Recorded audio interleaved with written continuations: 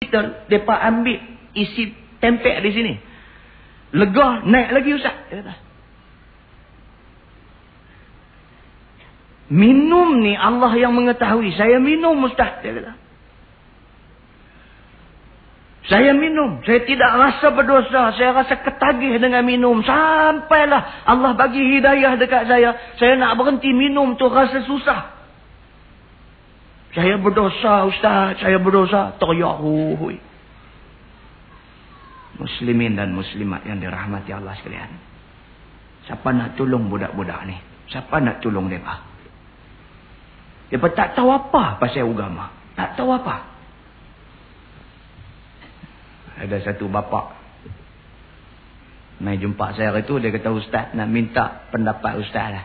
Nak buat macam mana Ustaz? Saya kata, awak saya ada anak perempuan seorang. Dia kata umur 22. Ada satu budak jantan dia usung dia. Anak kita ni tak tahu.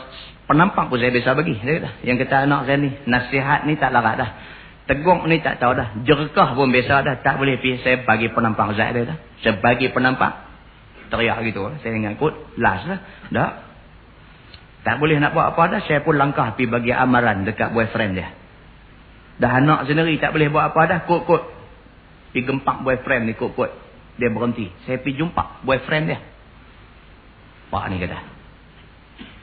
Saya pergi jumpa dia. Saya cakap elok-elok kat dia. Dia jawab balik kat saya, Ustaz. Dia kata, baik. Lah, saya nak cakap depan pakcik. Saya nak usung juga anak pakcik. Pakcik nak buat apa kat saya? La ilaha illallah.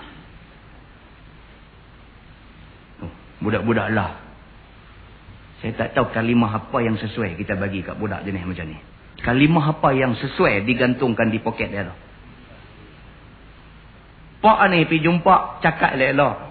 Kita ni orang Islam tak elok buat macam ni. Saya ni anak perempuan, lebih-lebih lagi lah masyarakat duk tengok. Cakap elok, saya minta tolonglah jangan buat macam ni. Kalau betul-betul hampa berkenan, kira elok menikah bang. Pak dia cakap elok. Dia kata, okey lah pakcik, saya nak cakap depan pakcik. Saya nak usung anak pakcik juga. Dia kata, lah saya nak tanya pakcik nak buat apa kat saya. Ish. Saya tanya apa orang tua ni. Saya kata, habis tu buat apa kat dia? Saya geram dia kata. Tak lah geram, memang geram lah. Buat apa kat dia? Tak buat apa. Kata. Saya kata silap sungguh tak buat apa. Rimuk lah. Saya kata. Biar apa lagi. Lagu tu punya perangai nak biar apa lagi. Tak ada orang dah boleh perbetul dia tu. Kita kena jadi salah seorang yang cuba untuk perbetul dia. Kalau dia buat sengak, buat pekak badak tak dengar tu, tahan lagi. Walaupun kita geram tapi dia tak jawab. Tahan lagi. Tapi dia jawab. Lah ni saya nak buat juga. Pakcik nak buat apa kat saya? Bagi ya. Bagi. Tak tahu nak abang. Macam mana nak buat. Muslimin dan muslimat yang dirahmati Allah sekalian. Allah Subhanahu wa ta'ala sebut neraka yang demikian dahsyatnya yang aku ceritakan kepada kamu tadi. Neraka itu disediakan bagi golongan-golongan yang disebutkan tadi. Kemudiannya kata Allah, illa man taba, melainkan orang yang bertaubat. Maka orang-orang yang bertaubat wa amanah, kemudian dia beriman, wa amila amalan salihah, tidak cukup dengan taubat, tidak cukup dia beriman dengan Allah, dibuktikan taubat dan imannya dengan melakukan amal yang saleh. Kata Allah, faulaika yubaddilullahu sayyiatihim hasanat. Orang yang bertaubat, orang yang beriman, orang yang melakukan amal saleh, maka mereka itu Allah Subhanahu wa taala gantikan segala kejahatan mereka dengan kebaikan. Wa kana Allahu ghafuran rahimah, dan adalah Allah itu Maha Pengampun lagi Maha Penyayang. Muslimin dan muslimat yang dirahmati Allah sekalian, di depan kita pintu taubat terbuka luas. Ambil kesempatan itu. Berhenti benda-benda yang tak elok. Berhenti bang. Hari ni full stop. Habis. Aku tak mau buat dah benda tak elok. Hari ni aku nak mula buat benda-benda elok. Mudah-mudahan Allah tolong aku untuk aku buat benda-benda elok. Cukuplah dosa-dosa aku yang dulu. Mudah-mudahan Allah ampunkan dosa itu. Yang akan datang, minta Allah bagi kekuatan untuk kita buat segala kebaikan di dunia ini. InsyaAllah.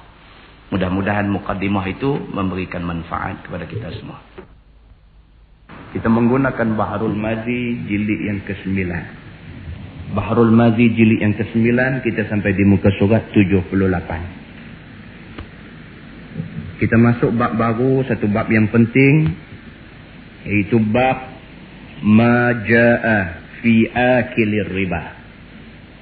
Iaitu bab yang datang pada menyatakan hadis yang membicarakan makan riba.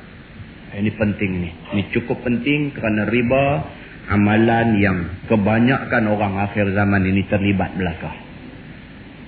Baik, ketahuilah saudaraku, sesungguhnya riba telah ditegah Allah dalam Qurannya. Itu firman Allah Subhanahu wa taala, a'udzubillahi minasyaitonir rajim, wa ahallallahu al-bai'a wa harrama ar-riba.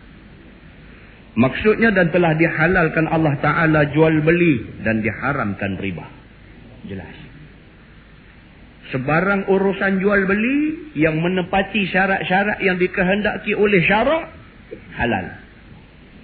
Sebarang unsur yang melibatkan riba, haram. Allah Subhanahu wa Ta'ala clarify benda ni dalam ayat dia. Cukup clear, cukup jelas, obviously, nampak terang. Baik.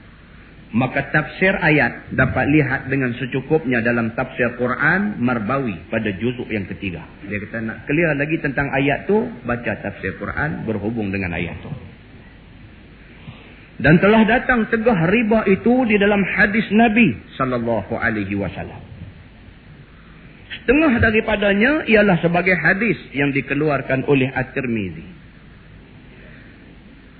Ani bin Mas'ud radhiyallahu anhu qala la'ana Rasulullah sallallahu alaihi wasallam akilar riba wa mukilahu wa syahidahu wa katibah. Maksudnya diriwayatkan daripada seorang sahabat Nabi sallallahu alaihi wasallam yang masyhur dengan nama Abdullah bin Mas'ud radhiyallahu anhu. Katanya, telah melaknat Rasulullah sallallahu alaihi wasallam akan yang memakan riba dan yang memberi makannya dan saksinya dan juru tulisnya. Semua orang yang terlibat dengan riba dilaknat Allah Subhanahu wa taala. Sama ada dia orang yang memberi pinjam duit dalam bentuk riba, ataupun dia orang yang pinjam duit yang melibatkan riba, ataupun dia saksi agreement yang ditandatangani, ataupun dia kerani tak tahu apa pun, kerja duduk bawa file saja, gulung pergi sekali jadi cucuk ketayap semua. Muslimin dan muslimat yang dirahmati Allah sekalian. Dan makna melaknat Nabi, yakni berkhabar dia pada sahabat-sahabatnya dan umatnya akan hukum Allah, jauhkan dari rahmatnya ke atas orang-orang yang tersebut itu. Makna kata kena laknat ialah jauh daripada rahmat Allah. Muslimin dan muslimat yang dirahmati Allah sekalian. Kata At-Tirmizi, bermula hadis Abdullah ibn Mas'ud ialah hadis yang hasan lagi sahih. Hadis sahih. Masalah, apa makna riba pada lughah dan pada syarak? Yang kata riba ni apa benda? Bermula makna riba pada lughah iaitu lebih. Ringkas fahamnya yang kata riba ialah lebih.